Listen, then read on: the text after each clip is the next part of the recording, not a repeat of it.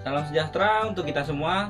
Yang terhormat dosen penguji dan pembimbing saya yang telah menyempatkan waktunya untuk menonton seminar hasil saya. Dan terima kasih untuk teman-teman yang telah menyempatkan diri untuk melihat video seminar hasil ini. Saya Novalis, NPM G1D013050. Saya akan memaparkan hasil dari skripsi yang telah saya lakukan. Dalam dunia industri yang berkaitan dengan material logam pasti terdapat tempat peleburan logam. Logam dileburkan untuk membentuk suatu pola yang diinginkan. Untuk kegiatan tersebut tentu diperlukan alat untuk menghasilkan panas hingga meleburkan logam. Namun untuk meleburkan suatu logam diperlukan bahan bakar yang tidak sedikit karena logam harus bervolume besar. Bahan bakar yang bisa digunakan yaitu LPG atau batu bara. Oleh karena itu diperlukan sebuah teknologi baru untuk menghemat energi pembakaran seperti bahan bakar dari fosil yang pastinya akan habis. Maka dari itu digunakanlah pemanas dengan menggunakan energi listrik seperti pemanas induksi, yaitu pemanas yang digunakan dengan menggunakan proses induksi energi listrik terhadap sebuah logam. Dalam peleburan induksi yang berbasis elektronika memiliki keterkaitan erat dengan frekuensi kerja, nilai tegangan dan arus, dan bentuk benda yang akan dipanaskan. Masing-masing faktor tersebut memiliki pengaruh terhadap karakteristik panas yang dihasilkan. Dengan menggunakan microcontroller dan elektronika daya, faktor-faktor tersebut dapat diubah sehingga dapat diketahui bagaimana pengaruh dari faktor-faktor tersebut terhadap perubahan panas yang akan terjadi pada alat induksi, pemanas induksi. Maka dari itu, saya mengambil judul pengaruh frekuensi dan jari-jari kumparan terhadap perubahan suhu dan pemanas induksi dalam proses peleburan logam. Adapun rumusan masalah saya, yaitu yang pertama adalah bagaimana pengaruh frekuensi dan jari-jari kumparan terhadap perubahan suhu pada pemanas induksi dalam proses peleburan logam. Dan yang kedua, bagaimana laju pemanasan pada pemanas induksi dalam proses peleburan logam. Dan yang ketiga adalah bagaimana kinerja alat dengan input tegangan 220 volt AC dengan frekuensi 50 Hz dalam meleburkan logam. Selanjutnya, tujuan saya dalam skripsi saya yaitu yang pertama adalah merancang dan membuat prototipe alat pelebur logam induksi dengan inverter hybrid berbasis microcontroller. Dan yang kedua, menganalisa pengaruh frekuensi dan jari-jari kumparan terhadap perubahan suhu pemanas induksi dalam proses peleburan logam.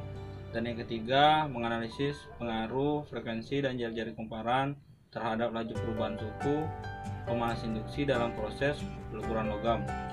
Dan yang terakhir adalah menganalisa pengaruh frekuensi jari-jari kumparan terhadap daya, arus, tegangan yang dikonsumsi pemanas induksi dalam proses peleburan logam.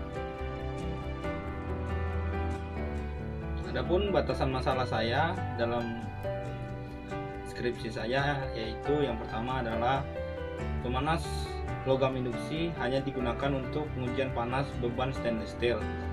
Yang kedua, inverter yang digunakan adalah inverter hybrid, tidak membahas selain inverter hybrid. Dan yang ketiga, solenoid dibuat dari bahan tembaga, dibentuk dengan lilitan dan disesuaikan dengan bentuk alat yang akan dirancang. Yang keempat, pemanas hanya menggunakan frekuensi 25 kHz, 35 kHz, dan 50 kHz. Dan diameter kumparan yang digunakan yaitu 5 cm, 3,3 cm, dan 1,93 cm, serta massa benda uji yaitu sebesar 12 gram dan 19 gram. Dan yang kelima, hanya membahas pengaruh perubahan frekuensi, diameter kumparan, serta massa benda yang diuji terhadap suhu dan konsumsi daya, tidak membahas arah medan magnet serta besar medan magnet yang dihasilkan oleh alat pemanas induksi. Prinsip kerja pemanas induksi yaitu dengan memanfaatkan rugi-rugi daya, yaitu rugi-rugi Eddy, yang mana terlihat dari gambar yang ada di samping bahwa saat kumparan diberikan energi listrik dan menghasilkan induksi yang dihasilkan akan diserap oleh material listrik yang berupa logam, sehingga logam tersebut memberikan atau menghasilkan rugi-rugi daya yang mengakibatkan logam tersebut akan melepaskan panasnya sehingga membuat logam tersebut menjadi lebur. Dilihat dari animasi, terlihat bahwa kumparan memberikan induksinya terhadap logam yang ada di tengahnya. Hal ini akan membuat logam itu melepaskan panasnya sehingga membuat logam itu dapat meleburkan dirinya sendiri. Hal ini terjadi akibat aliran arus yang melalui kumparan ini menghasilkan medan magnet yang sangat kuat dan cepat berubah dalam kumparan kerja. Benda kerja yang akan dipanaskan ditempatkan dalam medan magnet ini dengan arus AC yang sangat kuat.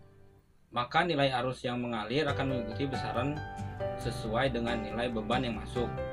Medan magnet yang tinggi akan dapat menyebabkan sebuah beban dalam kumparan kerja tersebut melepaskan panasnya, sehingga panas yang timbul oleh beban tersebut justru dapat melelehkan beban itu sendiri. Karena panas yang dialami oleh beban akan semakin tinggi, sehingga benda tersebut akan mencapai titik lebur dari benda itu sendiri. Hal inilah yang mendasari bagaimana pemanas induksi dapat bekerja. Untuk menghasilkan frekuensi yang tinggi dibutuhkan sebuah alat yang dinamakan inverter, yang mana inverter adalah alat yang mengubah arus DC menjadi arus AC dan dapat diubah frekuensinya sehingga dapat menyuplai pemanas induksi.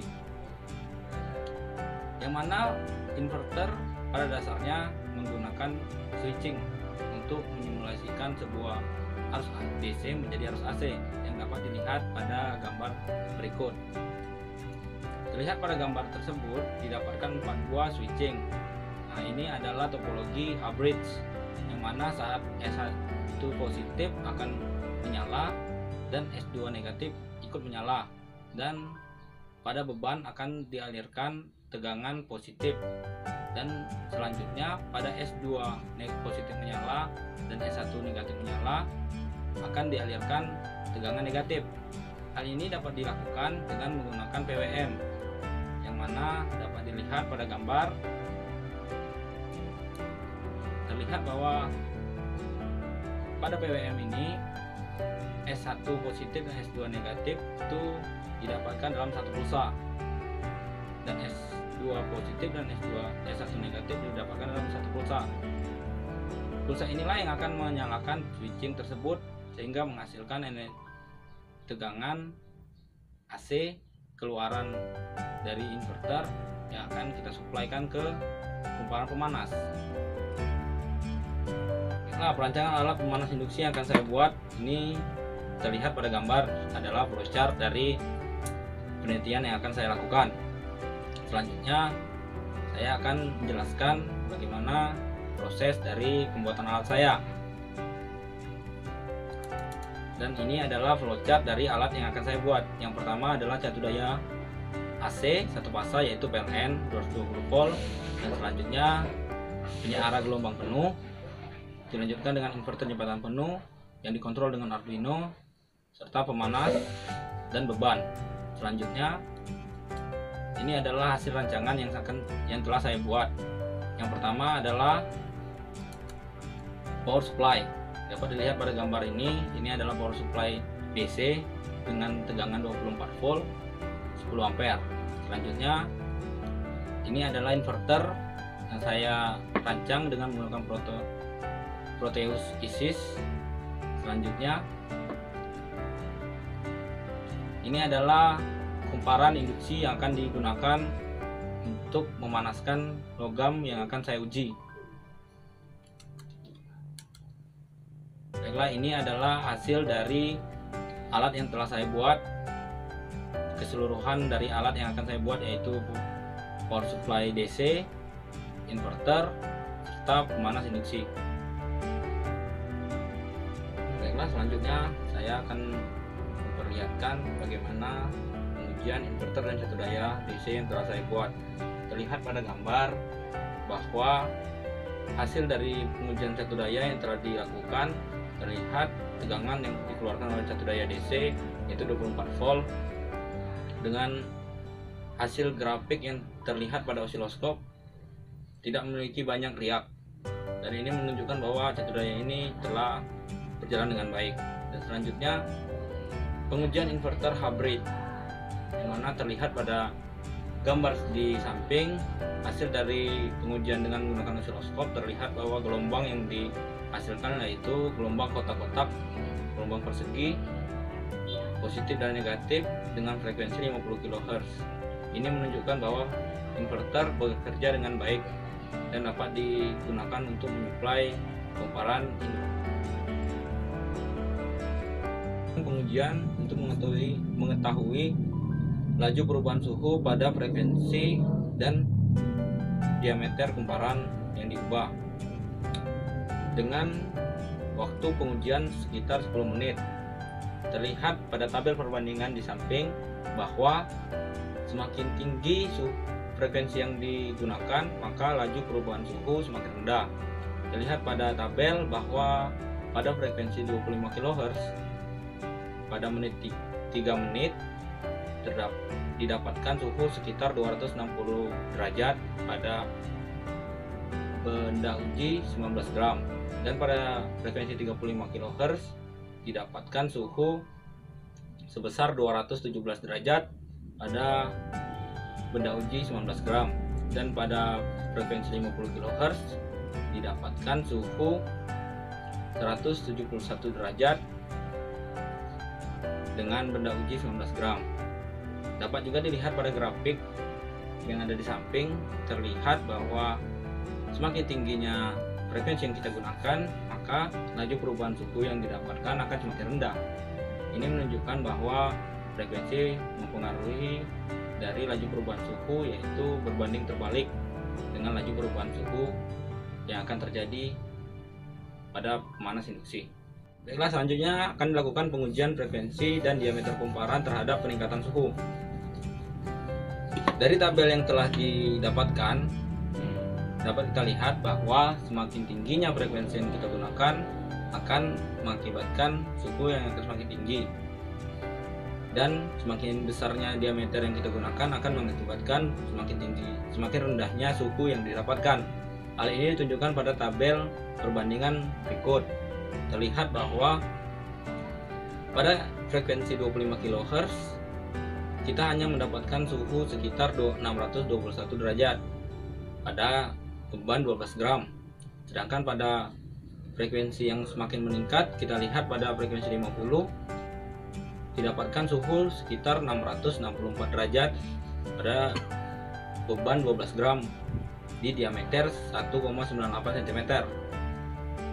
Dan selanjutnya pada pengujian diameter, kita lihat semakin besar diameter yang kita gunakan, suhu yang dicapai akan semakin rendah.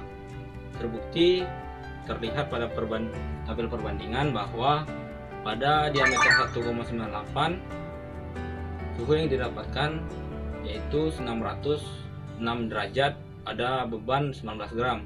Sedangkan pada diameter 3,3 yaitu 492 derajat pada beban 19 gram, dan pada diameter 5 cm didapatkan suhu sebesar 336 derajat pada beban 19 gram.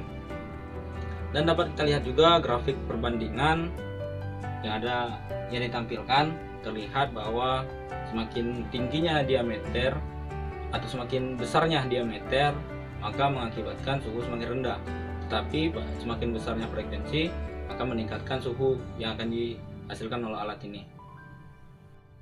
Baiklah, selanjutnya akan saya paparkan pengujian frekuensi dan diameter terhadap daya yang dikonsumsi oleh alat pemanas induksi ini.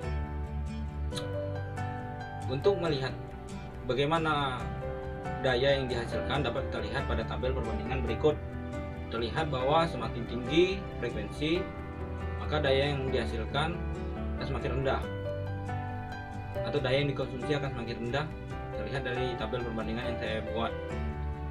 Dan semakin besarnya diameter kumparan akan mengakibatkan daya yang dikonsumsi oleh alat tersebut akan semakin rendah, dan terlihat juga di grafik bahwa hal itu memang terjadi, dan dapat kita lihat dengan sama bahwa frekuensi dan diameter kumparan sangat pengaruh dengan daya yang akan dikonsumsi oleh alat ini, karena semakin besar diameter akan mengakibatkan suhu yang dapat dihasilkan semakin rendah, dan itu menunjukkan bahwa daya yang dikonsumsinya akan semakin rendah karena penyampaian daya atau penyampaian induksi terhadap beban akan semakin kecil.